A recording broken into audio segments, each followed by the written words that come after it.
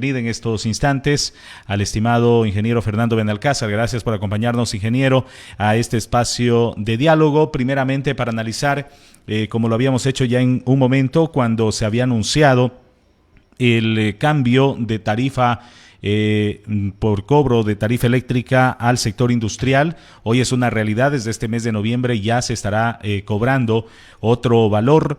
¿Cuál es su criterio al respecto? Bienvenido, gracias por acompañarnos. Muy buenas tardes, Paul. Un gusto estar en su programa y, como siempre, poder hablar con la gente de la provincia de Zamora Chinchipe, gente muy querida y vinculada principalmente al sector minero. A ver, desde el primer momento que el presidente, junto con la ministra encargada, Inés Manzano, hicieron referencia, yo fui uno de los primeros y uno de los pocos, probablemente, del sector que felicitó la decisión. ¿Por qué la felicito? Porque creo que es importante que cualquier industria que hace negocios debe transparentar el tema del costo de su energía y los números que se han presentado con un ajuste en el rango promedio del 37% en las horas pico y 21% en las horas no pico, facilitará a transparentar y se lo debe ver como un primer gran paso para que el tema de los subsidios o los costos que asume el Estado en la provisión del servicio público de energía tengan un efecto real en el costo de producción, en el costo final a los usuarios y demás. Creo que por ese lado ha sido un gran paso y va a tener un impacto indiscutible, pero es un impacto dentro de los rangos esperados para la actividad minera. ¿Cuánto pagaban antes? ¿Cuánto pagarán ahora? Conocemos en números redondos que el gobierno ha anunciado alrededor de 2 millones que recaudaría al año por esta diferencia en la tarifa, ¿no? A ver, hasta el 31 de octubre, la tarifa vigente para los grandes consumidores, que dentro del pliego tarifario se categorizan como alto voltaje 2, haciendo un paréntesis, ahí están solo 5 empresas en el país. Las 2 mineras que están en la provincia de Zamora Chinchipe, 2 empresas del sector de acero, la una que está en El Oro y la otra creo que está en la provincia de Cotopaxi, y la empresa nacional petrolera Petroecuador. Solo esas 5 empresas están en esta categoría. La tarifa que ellos tenían era de 5,43 centavos a 8,14 centavos, en ese rango. Ya voy a hablar de los rangos y por qué varían. Hoy día las tarifas están en 7,48, es decir, de 5,43 a 7,48 subió 2,05 centavos, y en 9,86, es decir, subió aproximadamente 1,42 centavos. Las tarifas varían de acuerdo a las horas picas de consumo. Si estamos en la hora pico de consumo, que es aquella que está entre las 18 horas y las 10 de la noche, la tarifa está más alta, o la tarifa que se paga es más alta.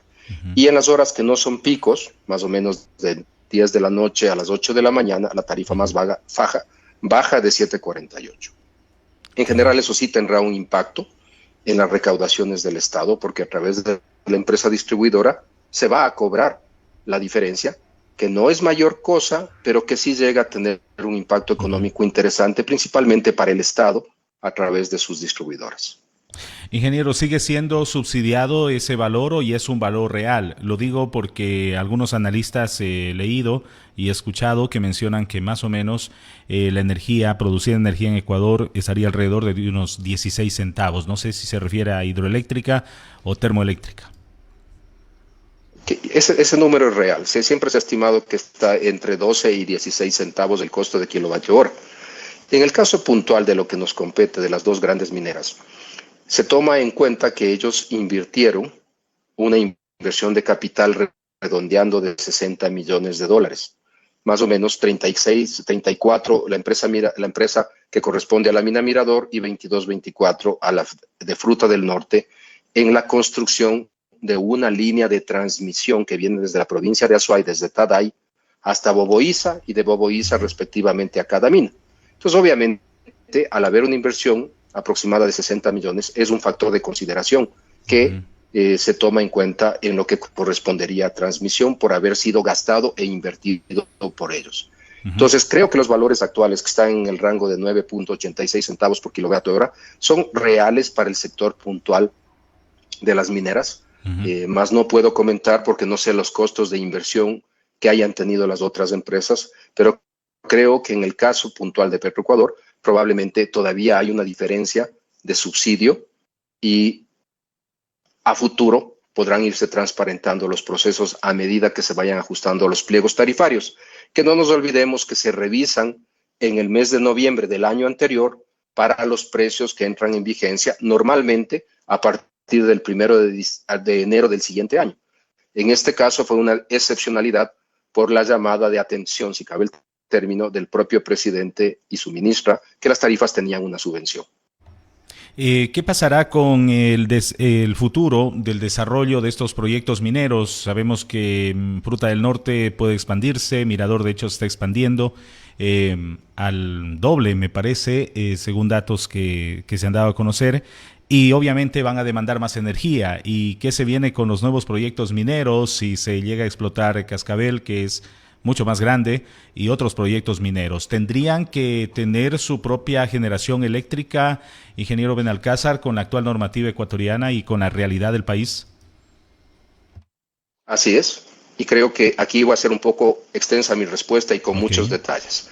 Vamos, en el país solo hay 3 contratos de explotación minera firmados: Fruta del Norte, el caso de Mirador y el caso futuro de Cascabel. Este se firmó en junio de este año, es el primero que firmó este gobierno. En el de SolGold, específicamente para el proyecto minero Cascabel, claramente establece que la empresa trabajará de la mano y participará económicamente en todos los proyectos de generación hidroeléctrica que hay en la región, más aquellos proyectos fotovoltaicos. Es decir, una decisión inteligente. No puedo yo invertir 4.000 millones de dólares esperanzados en que el gobierno me dé la energía. Nadie en el mundo de las grandes inversiones, tomemos de cuenta, por ejemplo, el sector petrolero, una inversión de 20, 30, 40 millones, no se hace si no se cuenta con 2 cosas vitales. La primera, los permisos sociales y ambientales, y la segunda, la fuente de autogeneración o energía propia. Entonces, con eso, en el contexto futuro, todas las empresas y los proyectos mineros están concibiendo, están viendo claramente la realidad del país, que no se puede confiar en que el Estado provea esa fuente de energía. Segundo, en el caso de la empresa Landín y Fruta del Norte, fue muy claro su contrato que se firmó en el 2016 en establecer que el Estado ecuatoriano proveerá la energía eléctrica, al igual que ellos contarán con un respaldo de energía o de generación de energía, normalmente termoeléctrica, para las actividades más básicas de ellos. ¿Qué es lo que ha pasado ahora? De acuerdo a declaraciones públicas de los voceros de la Cámara, en teoría son alrededor de 7 megas que están autogenerándose mediante generación termoeléctrica y están cubiertas por las necesidades actuales. Ahora sí elaboremos en el peor de los casos. El peor de los casos corresponde a la empresa Ecuacorriente, la dueña de la mina Mirador. Ellos tenían, de acuerdo al contrato en su anexo I, la obligatoriedad de construir una central hidroeléctrica propia de 119 megas. Entiéndase, es el proyecto hidroeléctrico Hidrocruz. Ese proyecto nunca arrancó de papeles, nunca se construyó, no existe. En paralelo, en el anexo I, también se establece que el Ecuador le proveerá energía durante 5 años, desde el momento que la línea de transmisión Tada y Boboíza Mirador esté construida. Eso sucedió en noviembre del 2019. Es decir, ellos y el Estado han cumplido la provisión de 5 años de energía hasta finales del 2024, lo cual está bien. Desde el Estado no se ha incumplido, desde el lado de ellos sí se ha incumplido por la no construcción de la famosa proyecto Hidrocruz. La consecuencia, la mina en este momento está parada. La señora ministra hizo un anuncio, si no me engaño, fue el día 16 de octubre, en una cadena de radios liderada por Radio Democracia, donde ella anunciaba que Xu Shen, el representante legal y apoderado de la mina Mirador y a la vez del proyecto hidroeléctrico Hidrocruz, se había comprometido a desconectarse de la demanda de sus 87 megas. Y así, en efecto, el 18 se desconectaron e internamente se ha tomado la decisión de suspender molienda y por ende producción por los próximos 45 días como mínimo.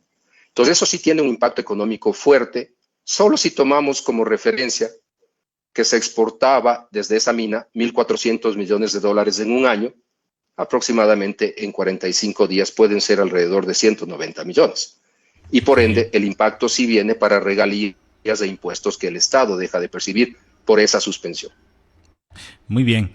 Sí, acá tenía una respuesta también hace unos días habíamos consultado sobre este tema a Fruta del Norte, nos había contestado en un correo que actualmente Fruta del Norte autogenera 8.5 megavatios de energía entre las 8 de la mañana y 18 horas de forma permanente.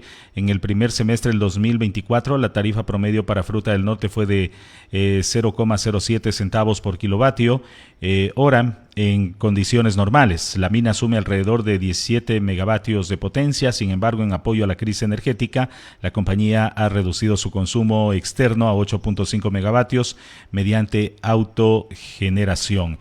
Es lo que están haciendo las empresas. Ingeniero, no sé cómo lo analiza usted también, si esto repercutirá a futuro a otros proyectos o sigue siendo atractivo igualmente invertir en Ecuador en el sector minero dadas estas condiciones y dadas la forma, también, bueno, este es un tema ya político, cómo el presidente se ha expresado ante esta situación. No le veo mucha diplomacia ahí para estas inversiones mineras extranjeras, porque él en una entrevista última que realizó dijo: por ahí están llorando las mineras, o sea, en esos términos. No sé si es lo más adecuado para atraer esta inversión.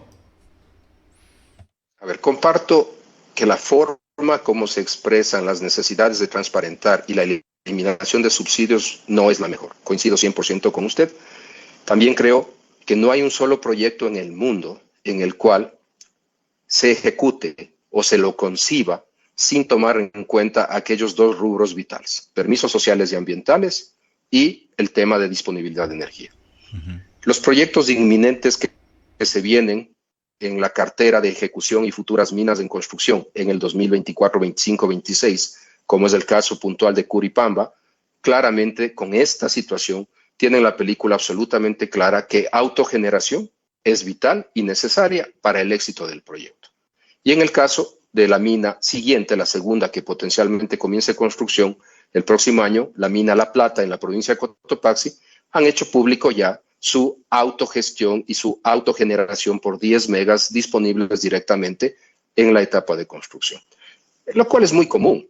En todos los proyectos del mundo que yo he trabajado, lo primero que uno hace es buscar esos dos rubros: generación y permisos sociales y ambientales. Entonces no le veo que comprometa nada, porque no va en contra de ninguna práctica internacional de negocios.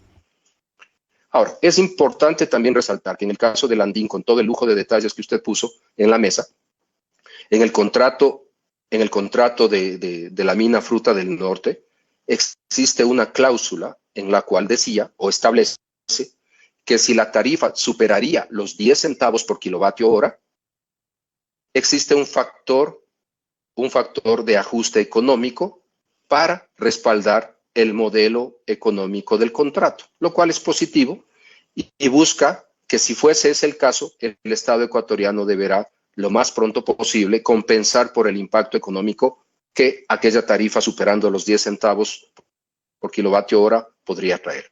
Que no es el caso. Al momento, en el peor de los casos, estamos en 9.86 o haciendo un promedio, estamos en el rango de 8.5 centavos por kilovatio hora.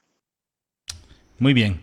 Entonces, sigue siendo interesante Ecuador para invertir en el campo minero, bueno, y en otros proyectos. Ahora también no sé si en el campo energético es atractivo o siguen habiendo obstáculos burocráticos como los que se ha mencionado para que proyectos no despeguen, como por ejemplo el proyecto Villonaco 3, me parece que es, entre otros, que se han quedado solo en documentos porque al parecer no hay esa garantía de poder pagar luego a los inversionistas privados por la producción de esa energía. Ingeniero, ¿cómo lo ha analizado usted?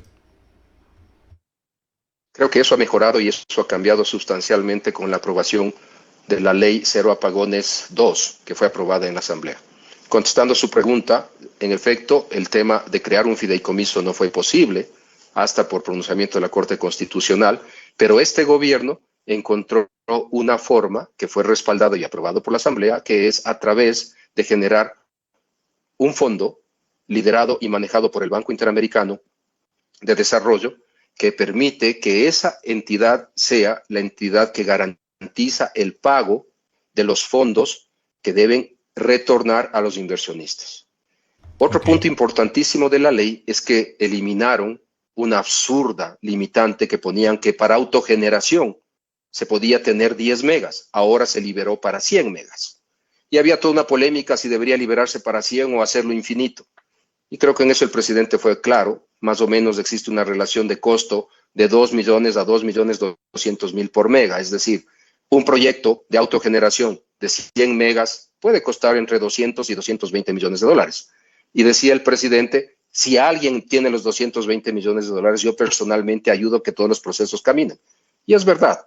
Entonces el limitante de los 100 para autogeneración no es mayor cosa y permitirá que un montón de inversionistas nacionales que han sido muy exitosos, hay unos 4 o 5 grupos exitosísimos en el tema de inversión de autogeneración, solo uno de ellos, por ejemplo, al momento maneja más de 256 megas y otro podrá generar en breve 260 megas cuando termine la construcción de un proyecto que fue aprobado en este gobierno, el proyecto Hidro Oriente en Zamora Chinchipe de 100 megas, podrán tener ese respaldo. Es decir, capital e interés de invertir en el sector energético siempre ha habido, pero la centralización y que el Estado sea el único generador ha generado la situación en la que estamos al momento. Los apagones es resultado de que el Estado no ha tenido dinero para trabajar en las 3 últimas administraciones en el tema de mantener todo el sistema de generación termoeléctrica al día. Cero mantenimiento, cero cuidado. Y sí hay que resaltar que este gobierno le ha puesto el cascabel al gato, le ha tocado bailar con las circunstancias más feas, pero es este gobierno el que se ve abocado a invertir como sea en restaurar el sistema termoeléctrico para que no vivamos con estos apagones de tantas horas por día que tienen un impacto terrible en la economía nacional. Muy bien, ingeniero. Tenemos ahí entonces su criterio, su análisis, tanto en el tema minero con las nuevas tarifas y también el tema energético, la crisis energética, cómo se le está llevando. Quiero dejarle con su mensaje final, si algo se nos quedó pendiente, como siempre, le agradezco por acudir a nuestra invitación para poder hablar de estos temas coyunturales del país. No, muchas gracias. Como siempre, Zamora Chinchipe es una provincia privilegiada que al momento cuenta con los 2 grandes proyectos mineros que son una realidad. Son 2 minas en plena producción y 2 minas que han tenido un impacto socioeconómico muy fuerte y que la provincia debe estar orgullosa de que el trabajo bien hecho, pese a que hay estos incumplimientos y estos problemas manifestados en el caso de Ecuacorriente, sigue creciendo y se continuará su desarrollo mientras haya una inversión responsable y un respeto al entorno y a la población alrededor de los proyectos. Gracias al ingeniero Fernando Benalcázar, ex viceministro de Minas, ha estado con nosotros hablando sobre la situación que están atravesando actualmente las empresas mineras, como también el país, con esta situación de la crisis energética y la nueva tarifa que rige desde este mes para las grandes empresas mineras y también una empresa acerera, que es son las que mayormente consumen. Amigos, hoy